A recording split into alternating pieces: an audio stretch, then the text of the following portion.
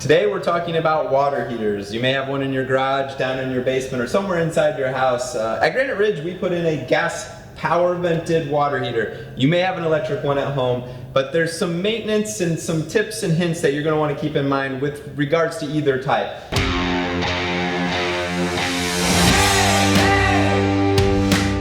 The first one is this piece right here, and this is called a pressure relief valve. Anytime you heat up anything, it's going to expand. This is a 40-gallon tank. Roughly heating the water up in a 40-gallon tank, it'll expand a half a gallon. So this could, if not having some sort of a relief valve, could end up being a giant bomb. So to keep that from happening, you need to have a valve like this on every water heater. This is our pressure relief valve. Once a year, you're gonna wanna come out, you're gonna wanna lift this handle, and you should see some water come out to the bottom. That's normal. And certain times, you'll come out to your garage and you'll see a little bit of water down below that pipe. Again, that means it's working the way it should. But you want to come out here, make sure it's working, and then make sure that it shuts itself off. So you want to make sure that no water continues to drip throughout that. So after a few minutes, double check it.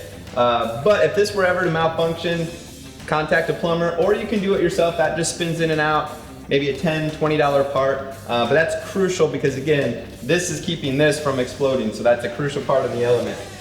The second thing that you're going to want to do once a year, and every water heater is a little bit different. So you're going to want to make sure you read the manufacturer's specs.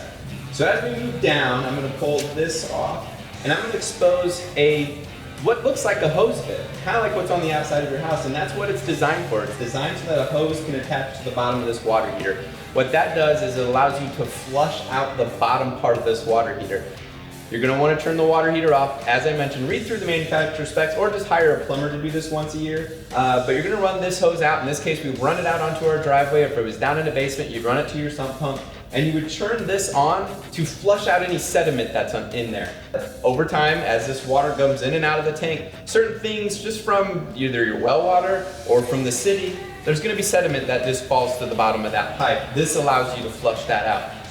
It's another crucial element that will help you extend the lifespan of this unit. Because if that just keeps building up, not only is it going to limit how much water can be in that tank, but it's also going to start affecting the heating element with it. So once a year, flush out the tank, double check the pressure relief valve, and with these new water heaters, that's about all you have to do because it's a self-lighting pilot, and it pretty much takes care of itself from there. If you want to know more hints that we have, find us on YouTube, hit that subscribe button, or if you want to upgrade your water heater or upgrade your house, come in and talk to Granite Ridge Builders, talk to me. I'd love to sit down and chat with you about really anything when it comes to homes.